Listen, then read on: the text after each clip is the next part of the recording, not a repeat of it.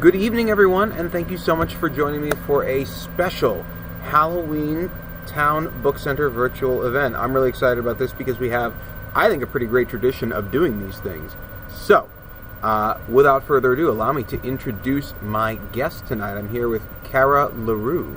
So Kara was born and raised in Connecticut after receiving her Master's of Fine Arts in Writing, Literature, and Publishing from Emerson College in Boston, Massachusetts.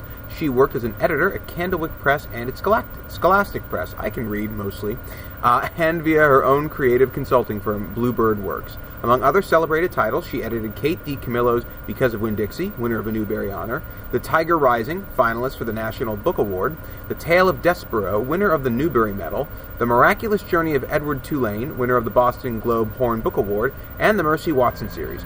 Be sure to check out her 3 series, The Infamous Ratsos, chapter books illustrated by Matt Myers, The Unintentional Adventures of the Bland Sisters, a middle grade trilogy illustrated by Jen Hill, and The Zombert Chronicles, a middle grade trilogy illustrated by Ryan Andrews.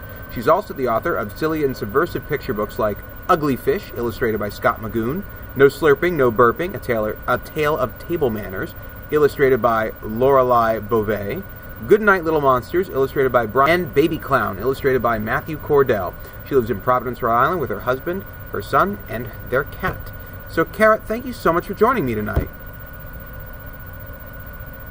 Oh, it's such a pleasure to be here. Thank you for having me. Yeah, I hope that I got everyone's names pronounced correctly and everything. I'm not 100% certain on that, but I like to think I did a pretty decent job.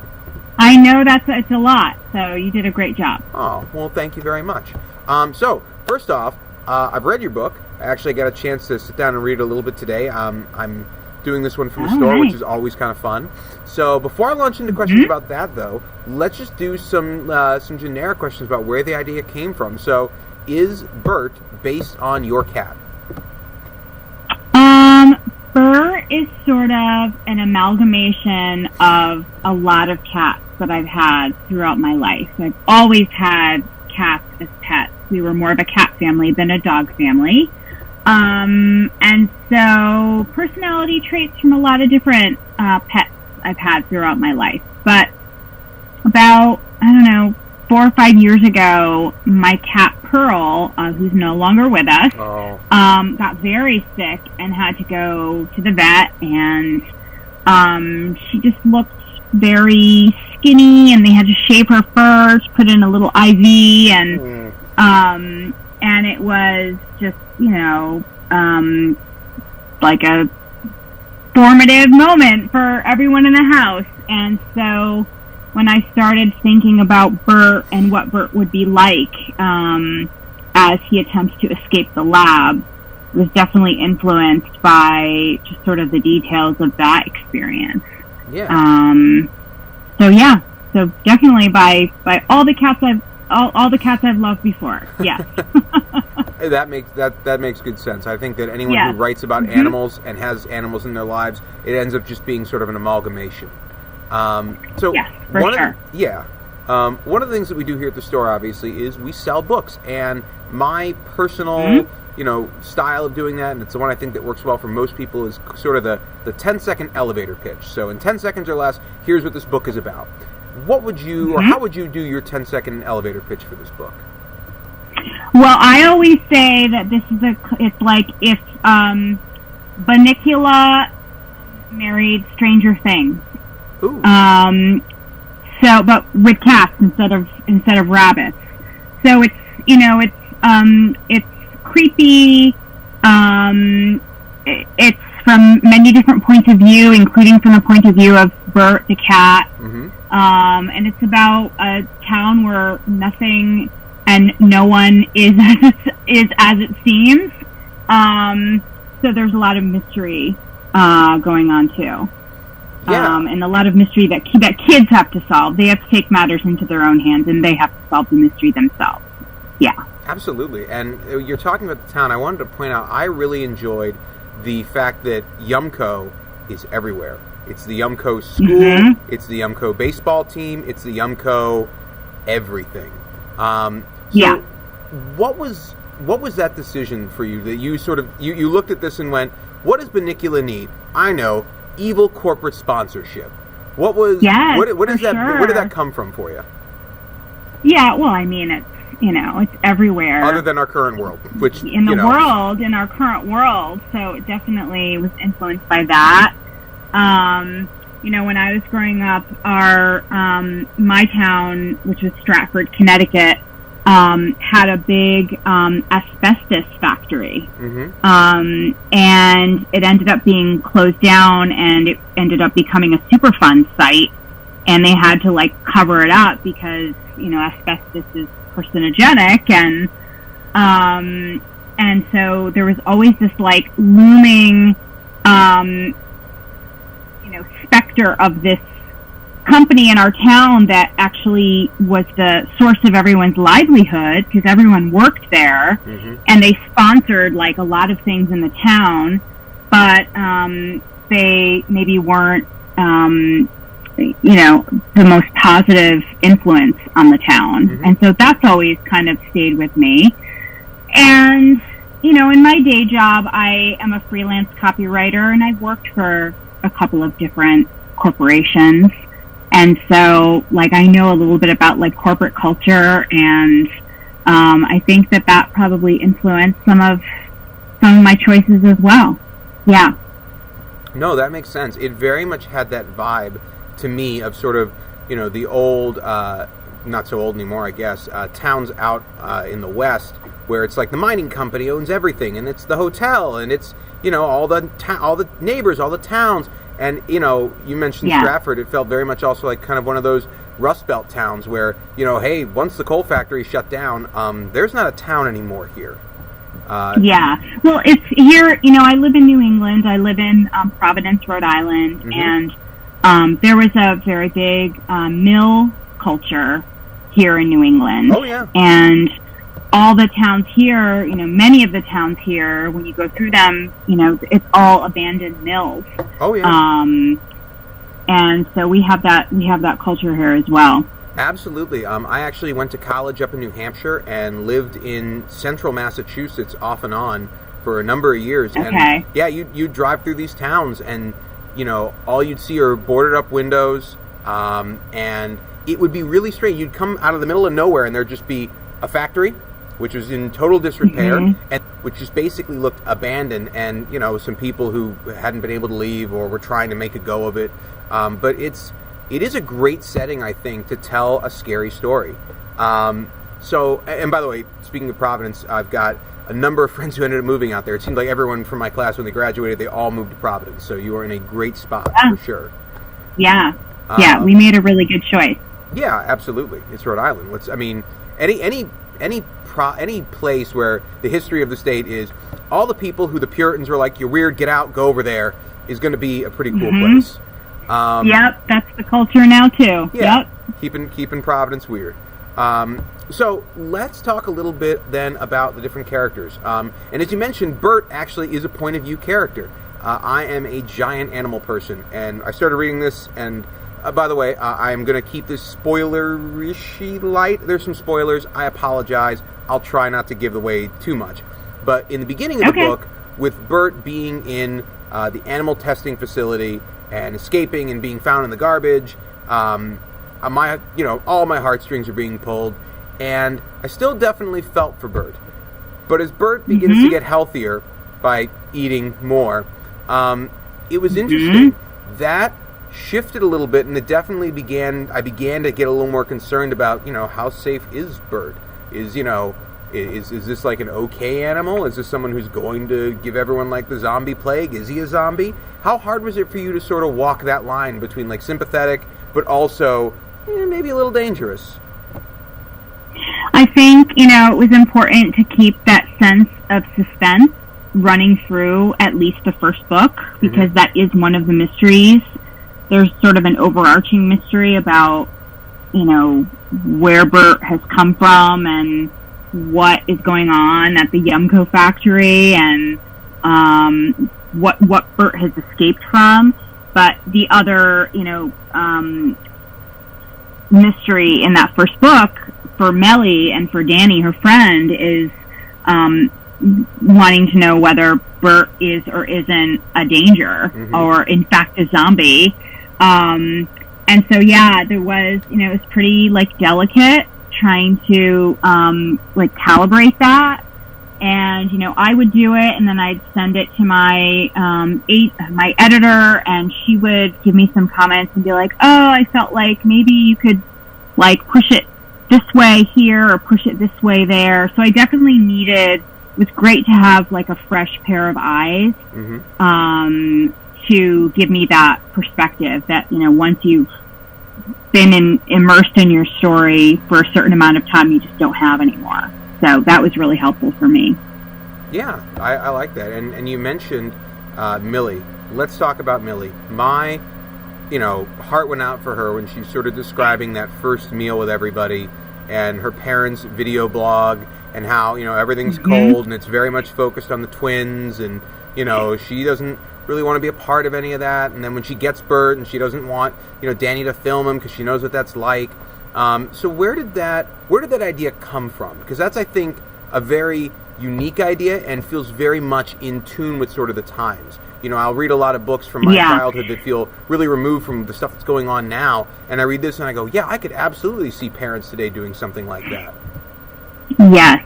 Well, I wanted her parents to not be completely in the background. I wanted them to feel real.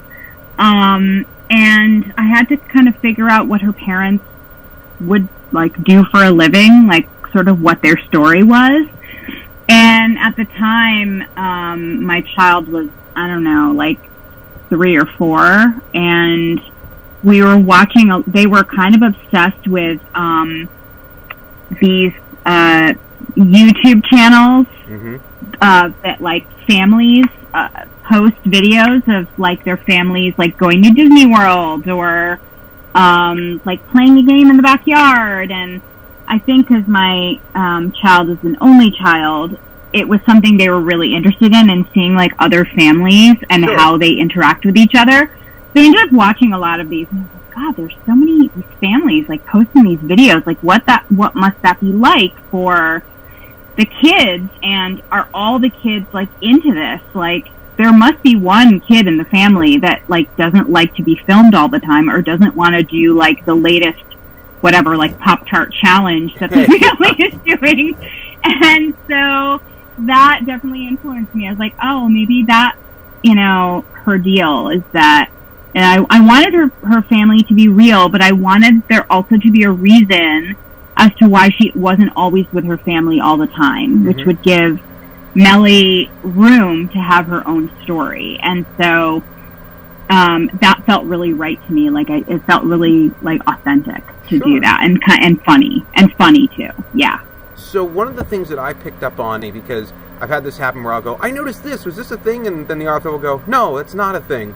But I sort of think I picked up on the idea that maybe Mellie was a little jealous of the twins, and I don't know if that was kind of their, the new babies and that's where the focus is, or was that just an extension of, hey, they're kids and they're cute, so they're getting put in these videos, and that's another piece of Mellie doesn't want to be part of that, and therefore she feels sort of jealous that they are, or am I just totally misreading that one?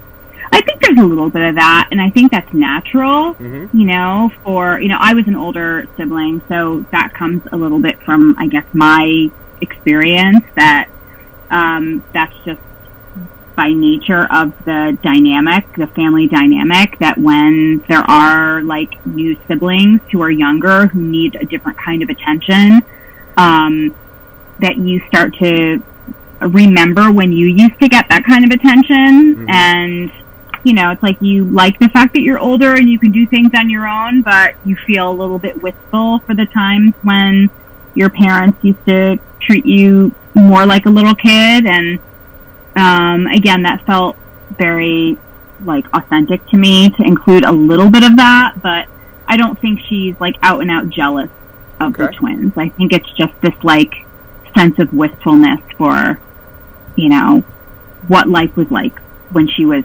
younger and maybe when she was an only child. Sure. And again, as the older sibling in my family, I think that is perfectly natural.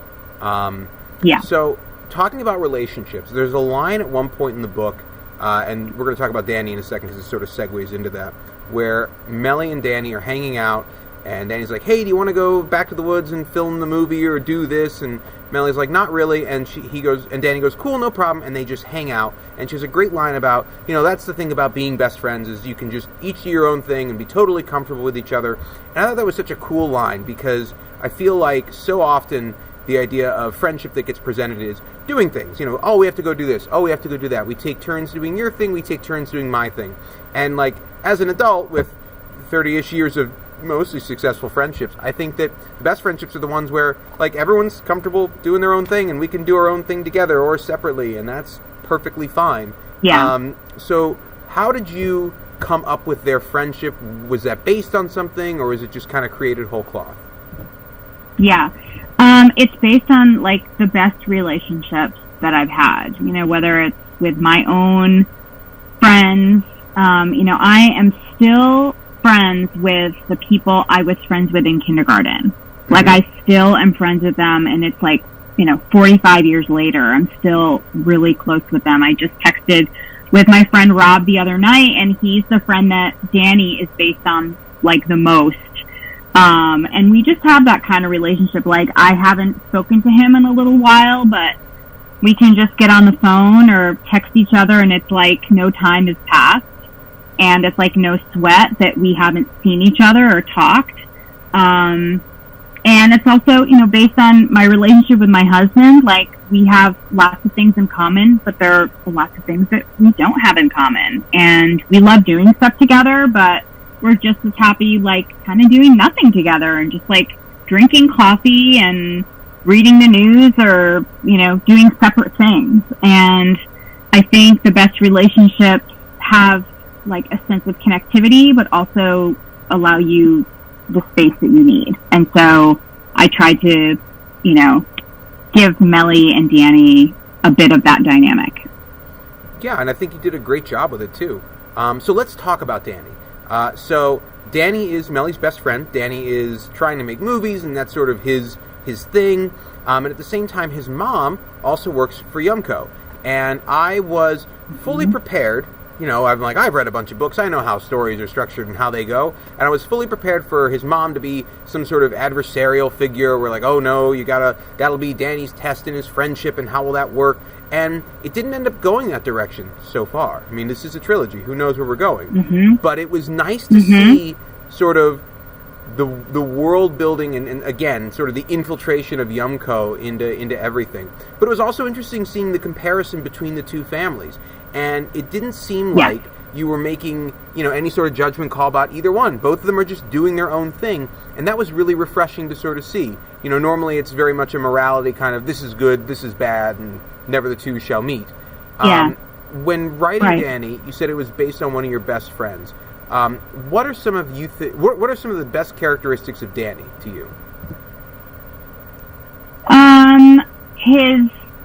His loyalty to Melly.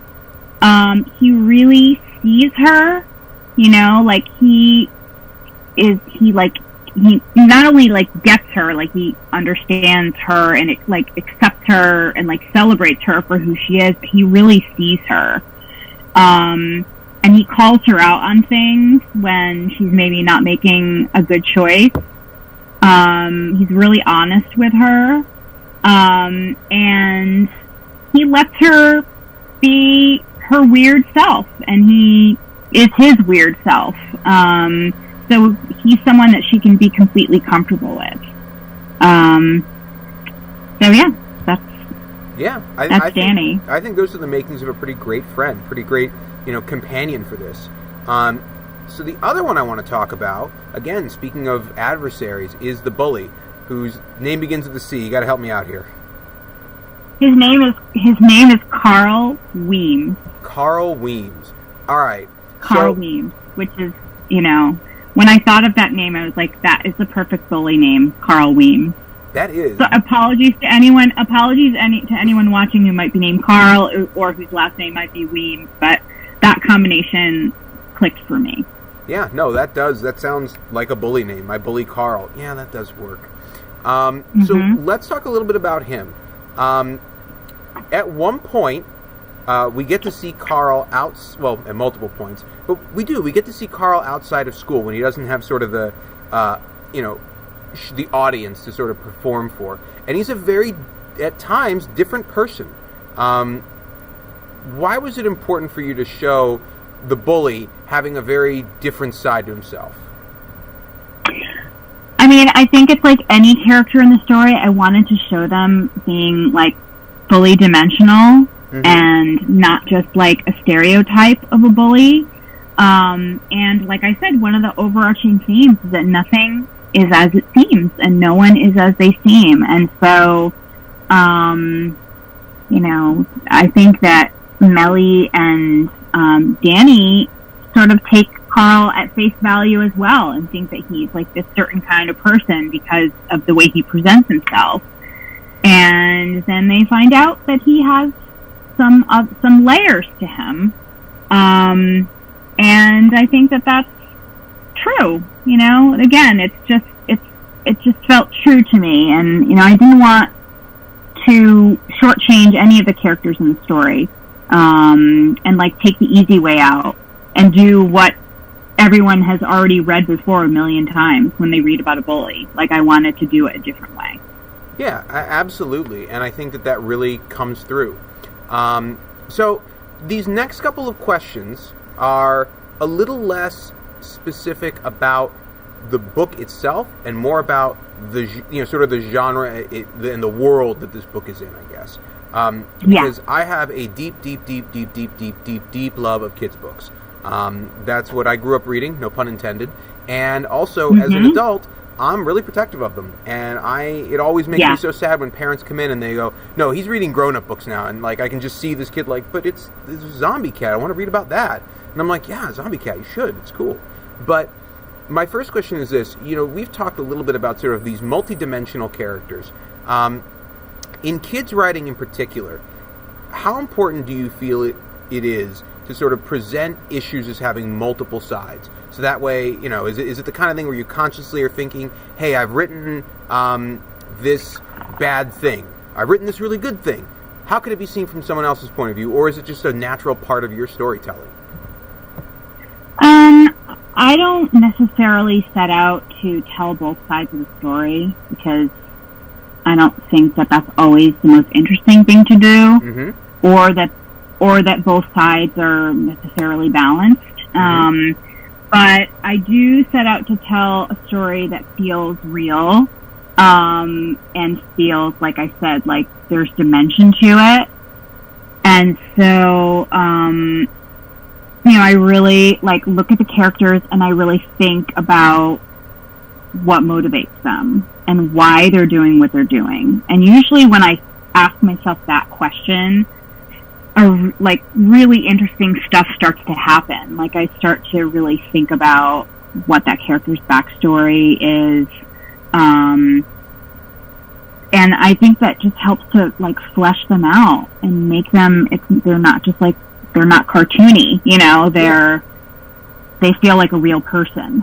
And that's exciting for me. That's when I feel like they're really coming to life as I'm writing them. Absolutely. So let's talk a little bit about the scary side of things.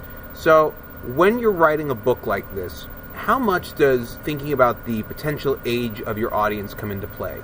Are you just do you tell your story and then kind of come back and scrub some parts out? Or do you leave it all intact, or is it planned from the beginning? Because, Bert, I should say, not Zombert, that's not the name that he is officially given. Bert, I should say, in his point of view chapters, is pretty direct about what it is that he would like to do when it comes to food, for example. Yeah. I tried to keep that pretty real. I tried to, keep those chapters as real as possible without going too over the top. I mean, he is an animal and thinks the way an animal would think. And so there's not going to be as much nicety to the descriptions of what he does and how he does it. So those parts for me were really fun to write because I had never, really written from that point of view before. And also, his sections are written in the third person. And so that was really interesting that, like Melly's sections are written in first person, and I'm very used to writing that way for kids. Mm-hmm. And so there was something like a little bit more mysterious to write in third. And it just gave me, it gave me some freedom to like try some new things. And I think it made me feel more comfortable to be like, inhabiting that world and maybe describing things the way that I did. Mm-hmm. As for the rest of the story and like the creepiness, I actually just kind of like, my first drafts are usually super, super rough, and they're very dialogue driven because I love dialogue, and that's kind of how I drive the story when I'm first writing it, and that's how I discover characters, is through their dialogue. Mm-hmm. And so I do that first, and then I kind of fill in all the details. And so like my first drafts are not really like scary or like creepy. It's when I kind of go back in, and the more I learn about the characters and the more I learn about the setting, I can really start to visualize the details that I want to like pull out. And so I just kind of kept going until my editor told me to stop. Very cool. But I just, I thought about things that I was scared of when I was younger, and that I'm still scared of, and that also helped. Yeah, absolutely. I think that, we all draw our inspiration from the stuff around us, and especially when it comes to scary, that's a primal, everyone has things they're afraid of. Everyone. It's like love. Yeah. Everyone's been in love or had a crush on someone. Everyone's been scared. We've got those emotions we can share. So my next question then is going to be more related to you and your writing. And I think you sort of answered it already, but if you can expand on it a little bit, are you more of a planned out writer or by the seam of your pants? Do you just write it all out in one go, or do you have like a chart and a tree and an organizational thing? Yeah. Well, when I first started writing, when I was in grad school, I got my MFA, so I got my master's in writing, and there were 2 different fiction workshops that you could sign up for. And one of the professors was a plotter, and the other professor was a pantser. So for those who don't know, if you're a plotter, you figure out what your story is going to be about beforehand, before you start writing, and a pantser just starts writing and lets the story guide them. And I ended up in the plotters class. Mm-hmm. And so that's kind of how I learned to write. And there are people who are very who are staunchly in one camp or the other. And what I've come to learn is that I'm not a strict adherent to either school, and that every story is different, every writer is different. So for me, it's kind of like I get an idea and I kind of I flesh it out, but not in super great detail. Like I kind of know what the beats of the story are going to be generally. And so I'm sort of a hybrid. Like I start out as a very loose plotter, and then I go into pantser mode. Gotcha. That's what seems to work for me. Sometimes if I'm writing a story, like one of my Bland Sisters stories was a mystery, and it was like very much in the vein of Agatha Christie. And I had to really plot that. I had to really plot that out. Like I, had to know where each of the characters was at every moment in the story, because, in order to like have the detective be able to figure out the mystery. And, that was like this whole other process for me that was very different. But that certainly taught me a lot.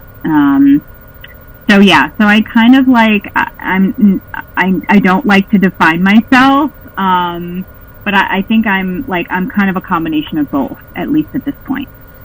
Yeah, I think that makes sense. I think anyone who can do it all one way or all the other I don't know. I think we all kind of do a bit of a mix and match a little bit. I say we like I write. I don't.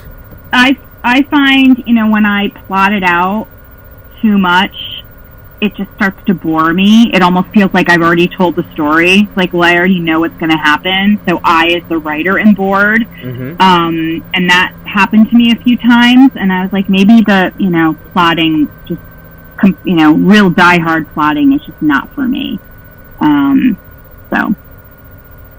Yeah, I think, it's got to, I've never thought of it from that perspective before, that if you plot it all out, I guess you know the book already, and maybe that's not exactly as fun.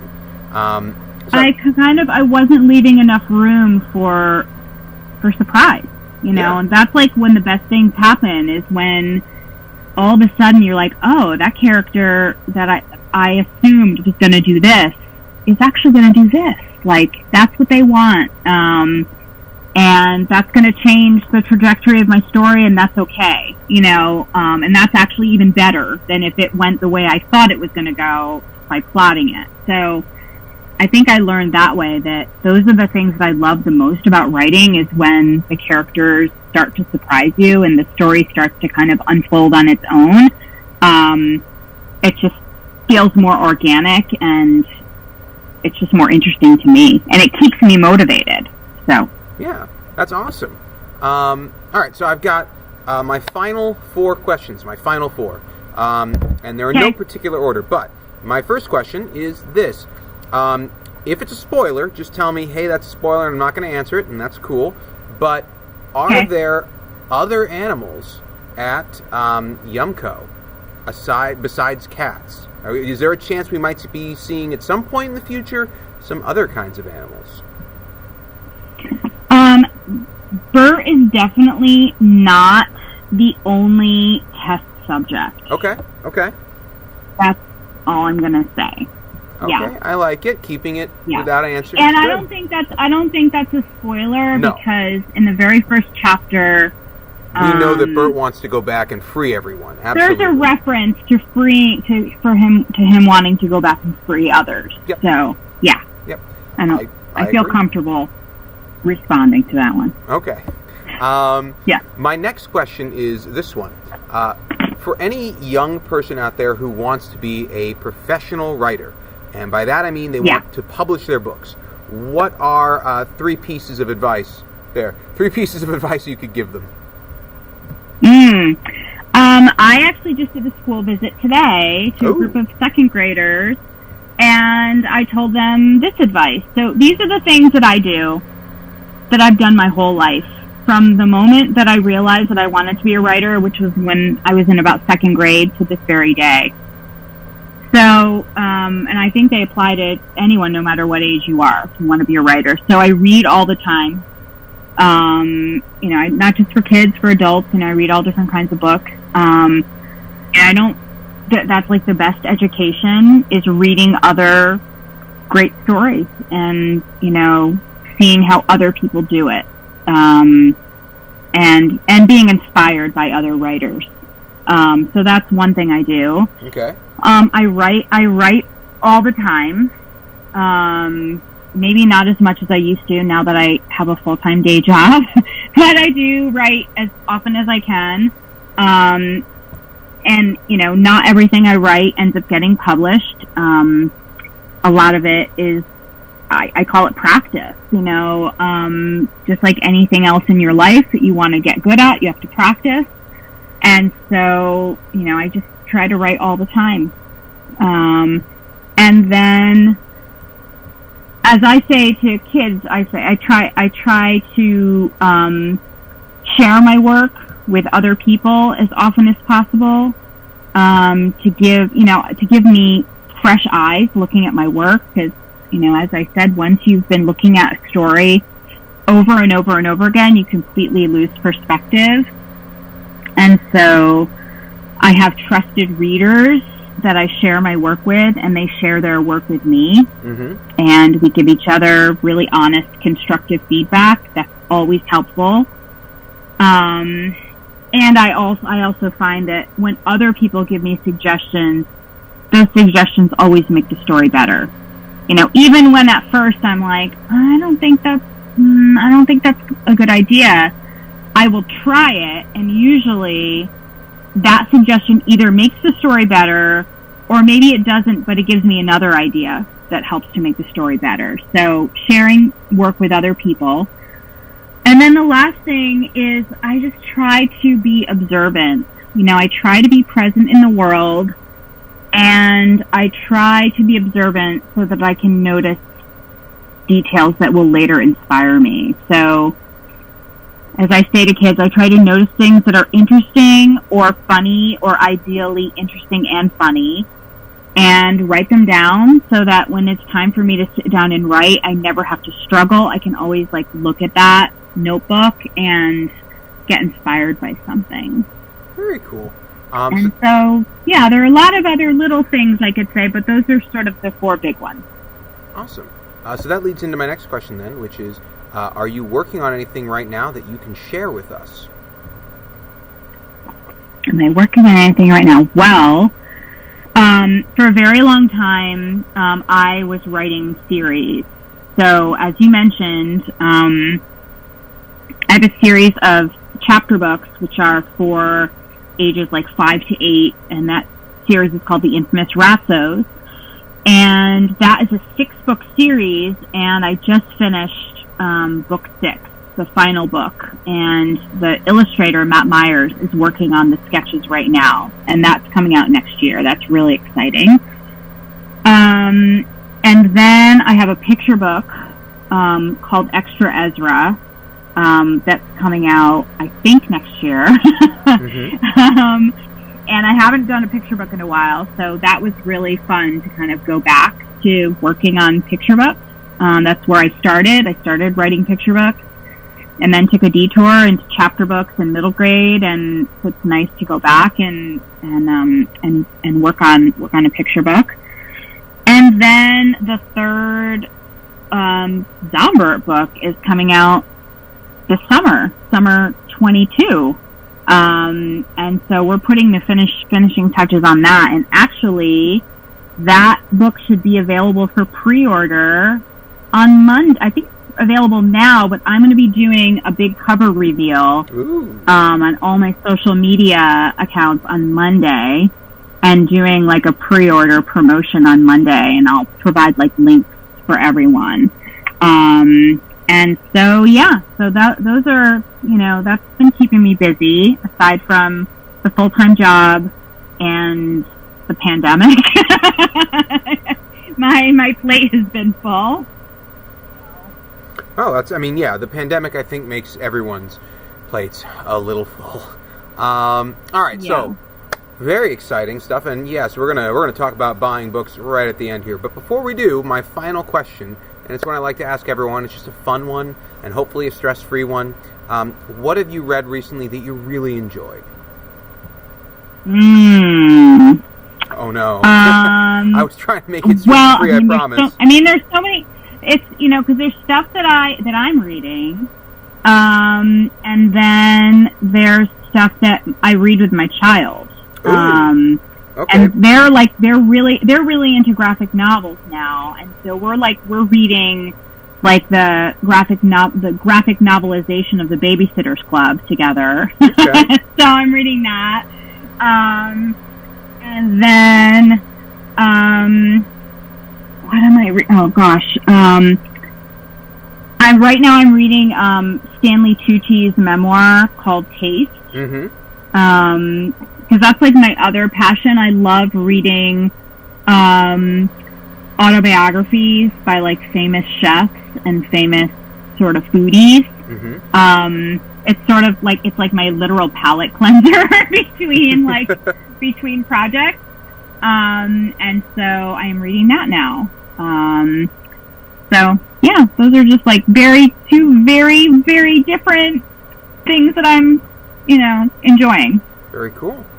All right, so this is the part of the show where I do have to shamelessly plug my store, which I'm in right now. You can't really see it because my giant head is in the way, but If Zombert sounds like fun to you, or if any of the other books that we talked about tonight sounds like fun to you, you can get them at Town Book Center. We're located in Collegeville, Pennsylvania. We're actually right across the street from the largest Wegmans in the country.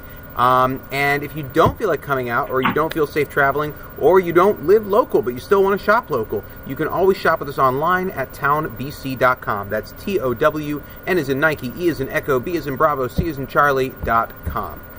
So I want to thank Kara for coming out tonight, and I want to thank all of you for tuning in. So, Kara, thanks again. This was lovely, and thanks to everyone for coming out. Thank you so much again for having me. I hope everybody has a great Halloween, and keep reading. All righty.